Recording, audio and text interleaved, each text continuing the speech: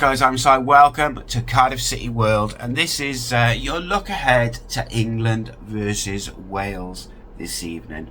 And it's always an interesting one, right? Because there is, no matter if it's a friendly, there is a real big rivalry between Wales and England. There always will be. It will always be a feisty game, no matter what sport it is. Now, as a Cardiff City fan, I am excited. There's 5 Cardiff City players in this squad and so many others in the 21s and 17s, of course. Now, what I want to look at today is, as well as look ahead to the game, I also would like to look at the chances that those 5 Cardiff City players get any game time. So first up, this is the 105th encounter between England and Wales. It takes place under the Wembley Arch.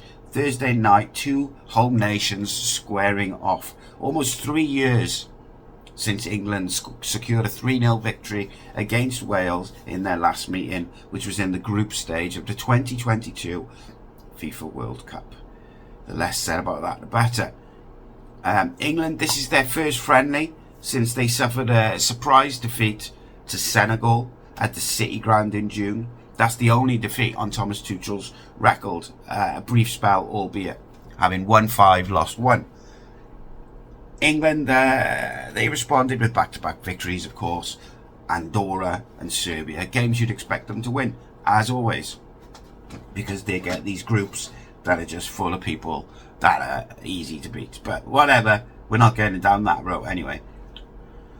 Scoring goals hasn't been an issue for England, as they're ranked 4th in the world, but FIFA, they've scored 16 across all 16 of their last matches in all competitions, and of course they are the joint longest run for scoring in the last 17 consecutive games since June 1990 to June 1991. They are a very strong side. England also have a strong record against Wales, which you'd expect due to the difference in size. They have won each of the last 7 meetings in all competitions. They've scored 14 goals, conceding just 1 in the process. Only against Luxembourg 9, Andorra and San Marino both 8 have England enjoyed longer winning streaks. So the deck is stacked, right, against Wales and against Craig Bellamy's side. Craig Bellamy assured fans when Bale retired that the Welsh side was going to get stronger, and he has backed that up to an extent. He's propelled us from 45th in the FIFA rankings to 30th. He's played some real good football, some real nice football. He began his Welsh tenure with an impressive 9-game unbeaten run in all competitions with 5 wins and 4 draws. But his team suffered a defeat in 2 of their last 3 internationals, with a 1-0 win over Kazakhstan in a World Cup qualifier, sandwiched between a crazy 4-3 loss to Belgium and, of course, a 1-0 defeat to Canada in their most recent friendly. So Bellamy made an incredible start to his Welsh managerial career. He got a side playing. He straight away used young players. It was exciting to see. In recent times, since that Belgian loss, which was it was a crazy game, and Wales performed well in many aspects, it's been a bit more sticky for him. The 1-0 defeat to Canada would have hurt him as a guy who is a winner, I think, because they've got some great players, Canada, but Wales would have fancied that, and we didn't really turn up with a lot of rotation and injuries, of course. And it's always the same with friendlies, right? This is why fans generally dislike friendlies, because there's rotation, it doesn't mean anything, you don't have the fire and the passion. But against England, I just cannot see a world where Craig Bellamy plays a load of kids and does not play his strongest side, at least for the first half. Aaron Ramsey was in the squad but pulled out. Daniel James is unavailable for selection. So Bellamy has added Cardiff duo Isaac Davis and Ruben Colwell to the squad. Some would argue that one of those should have been in there anyway, but that is another story for another day. Leeds trio, Carl Darlow, Joe Rodon and Ethan Ampadu also in the squad. Tottenham pair, Brennan Johnson and Ben Davis. Harry Wilson from Fulham are among the Premier League representatives in there. Now, Cardiff have got 5 players in this Welsh squad. And I want to have a look at whether there's a realistic chance that any of them get any minutes in tonight's game specifically. Because ultimately, as a player, you want to play tonight to try and stake a claim for a spot against Belgium in the competitive game. Whether that's the start or whether that's when he needs to make subs, you're the guy he turns to. So let's look at them individually. You've got Dylan Lawler. I think most people expect, and in fact I'm looking at someone's predicted lineup from one of the media outlets now, and they all predict Mipam Rodham, Nico Williams right back, Ben Davis left back. I don't think you can argue with that really, because they're all Premier League playing defenders. They're all doing, well, most of them doing very well. But Dylan Lawler is an outlier. He is such a good footballer. He is so talented, and he offers something different to all those centre-backs.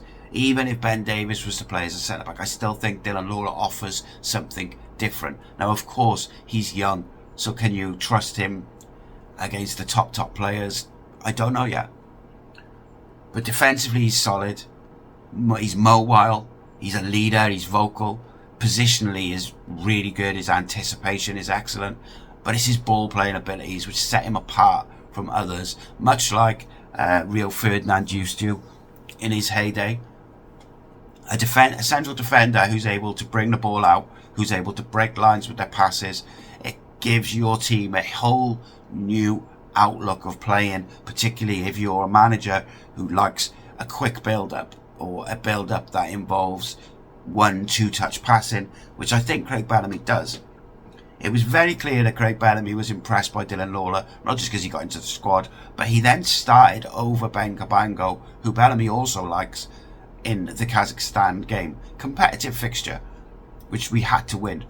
And he went for the League One 19-year-old over the Swansea City captain in the Championship. Now, this isn't a dig at Swansea, this isn't a dig at Ben Cabango. I actually am one of the few Cardiff fans who quite likes Ben Cabango, and I think him and Lawler will probably be certainly the future centre-back pairing in the coming years. Now,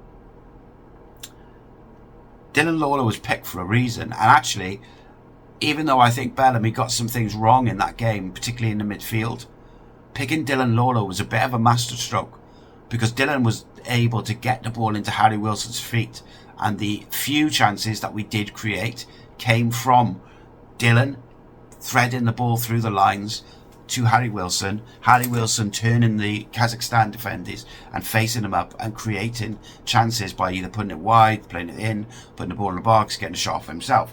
Now, that's a vital trait. Now, do you need that trait against England? I mean, it depends who your midfield is, right? If we go in with the same midfield that we played against Kazakhstan, we're in trouble. If I try to take my Cardiff head out of it, I don't think Dylan starts. But I won't be shocked if he does. I won't be shocked if he does. Similar to Kipakio, which I'll get onto in a minute actually, but I think people need to realise just how good Dylan Lawler is and how highly he's rated by pretty much everyone in football. And I wouldn't be shocked if they have a look at him versus some genuine Premier League talent to see how he copes with it. In terms of Ronan Kipakio, now I think the right back spot is up for grabs at Wales. I said this when he was selected the first time. Connor Roberts is a non-conversation at this point. I don't think he's good enough anymore for Wales. Now you have the likes of Beck, who can play left back. but is young and doesn't seem to be featuring in the Welsh squad. I personally believe the way that Craig Bellamy wants to play, Nico Williams is better off the left. But I think we play him on the right because it's a way to get Ben Davies in, Meepham and Rhodri. So, for me, it depends what he's looking for. If he wants both of his fullbacks to be pacey and exciting, then maybe you shuffle Ben Davies into centre-back and you put Nico on the left and Ronan on the right. And I wouldn't be shocked at that either. I know it's unlikely, but I won't be shocked if it happens. Craig Bellamy is a massive fan of Ronan Capaccio, and I won't be shocked if he plays. I don't think he will. I think we go with that back four that I said: Williams, Meepham, Rhodri, Davies. Experienced, makes sense, but it's a friendly. A friendly should be used to have a look at the players in your squad who you don't know as much about. How will they cope against these genuine Premier League players? So for me, if I'm the manager, this is the game where I'm having a look at different players, Capaccio, Lawler, whoever, to see how they cope against Premier League opposition. But I think Craig Bellamy is a winner, and he wants to win against England even more so. So in my opinion, I think he'll probably go strong first half, first hour, and then maybe make some changes then. As a Cardiff fan, I'd love to see some of these boys get an opportunity to play against England. But then there's this nagging voice in my mind, and I said this with Matt last night, that just says, I hope none of them get a second, because let them have a rest. But, you know, you've got to be realistic, and also you've got to think about them, like, playing for the country is the pinnacle of your career. Absolute highest honour you can have. So for me, you know, congratulations to them. I'm excited for them, and hopefully they get some game time. Again, it really does depend on what they want to do in the midfield. You almost feel like Bellamy would like to put Ruben in there and then be able to go, now see, what did he do? Nothing. But it's going to be a tricky game, right? Craig Bellamy loves Joel Colwell. Joel Colwell ticks all the boxes for what Craig Bellamy wants from a player. You look at Liam Cullen, Joel Colwell is just a better footballer version of that. He can carry the ball, he can pass the ball, but he can also press and go for days on and up and down, up and down, up and down. Unless he rotates it, I don't really see a world where Joel or Ruben start. You know, and in fairness, in Ruben's case, he's competing with Harry Wilson, David Brooks. You know, I think he's better than Broadhead and a couple of others, but those two specifically, they're very, very good footballers playing at the top, you know, Premier League. So it's a difficult ask for him. Do I think he should be in the squad? Yes. Do I think he should be on the bench and an option? 100%. Because I think he gives them something completely different to what other players offer. But these are the midfield options. You've got Ethan Ampadu, David Brooks, Jordan James, Josh Sheenan, Sorba Thomas, Harry Wilson, Joel Colwell, Ruben Colwell. So in my opinion, and obviously Liam Cullen tends to play in Bellamy's system in the midfield. In my opinion, Wales' best midfield that they can put out is Ampadu, Jordan James, and Harry Wilson in terms of balance. And then you've got David Brooks, who I quite like off the right, Sorba Thomas maybe off the left, especially with Daniel James out. And then it's whether you play Brennan Johnson or not. He's been poor for Wales. You can't avoid it. He's not a centre forward, I don't think. David Brooks offers much more, I think, off the right. And again, though, going back to the Cardiff contingent, the Cardiff kids, I wouldn't be shocked if any of them play. The Colwell brothers, even Isaac off the right, I wouldn't be shocked if he plays. Craig Bellamy loves Ronan Capaccio and Isaac Davis. If he wants to rotate it, and have a look at some of these players. Not just these, there's Broadhead. He needs to find a centre forward because Brennan Johnson's not it. Mark Harris is a bit meh. So will he go with like a Lewis Kumas? Will he go with an Isaac Davis? Will he go with Kiefer Moore, who's more proven? Like, I would like to see him give some of these lads a go. I would love, in many ways, I would love to see us go with like Cabango and Lawler in centre backs and have a look to the future. But maybe that, this is not the game for it. So I look at it and I think like Isaac, I think, gets on off the bench. Joe Colwell possibly gets on off the bench. I think the midfield options you got to look at, like, depending on the game state. He likes Sheenan, so he probably comes on. He likes Cullen. So do they get on ahead of the Colwells? Does Kumas, does Brennan Johnson, these people get that, Mark Harris, do they all get on ahead? Cullen, do they all get on ahead of Isaac? It really depends what his mindset is for this game. If he wants to have a look at other players, or if he wants to go strong and try and win the football match. Knowing what Craig Bellamy's like, I think he's going to want to win it. So I think he'll go strong. And I'm not sure where I stand with it. I am mixed. If you had to ask me, right, and I'll ask you this, out of 5 Cardiff City players, which one has the best chance of starting? It's a really fascinating one, isn't it?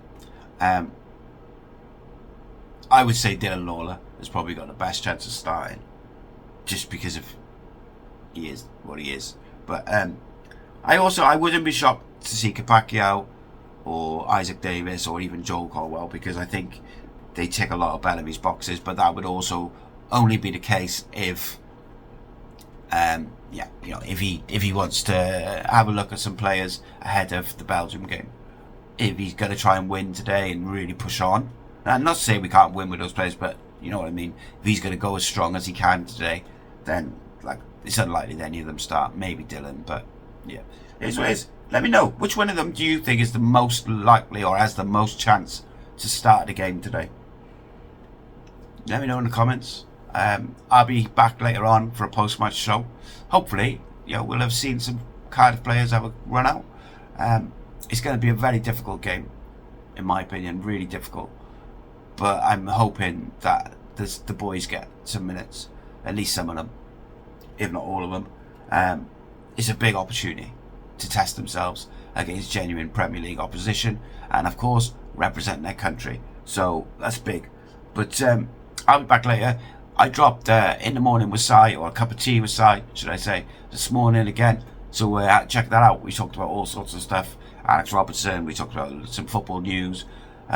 We talked about Neville Southall. We talked about all sorts of stuff. But join me. Check that out. Join me for tomorrow's episode, and join me tonight, straight after the game, for the post-match reaction. And I'll see you in a bit. Keep it faith, take it easy, and most importantly, have a good fucking day. Nice one. This channel is powered by an incredible membership community on Cardiff City World and patreon.com/AcePodcastNation. Becoming a member unlocks exclusive rewards, from early access to live event tickets, bonus content, and even the occasional inside transfer scoop when we get it. But more importantly, it allows us to bring you top quality Cardiff City content 7 days a week. Across those 7 days, we're talking match previews, exclusive interviews, instant match reactions, the breakdown podcast, tactical deep dives, the Spotlight series, Bluebirds Rewind, Academy Focus, and just so much more. Led by myself, backed by an army of passionate Cardiff City fans, this is content created by fans for fans, balanced, professional, and 100% all about the club we all love. If you enjoy what we do, then join the community today and support what we are doing as we help to keep Cardiff City World flying high.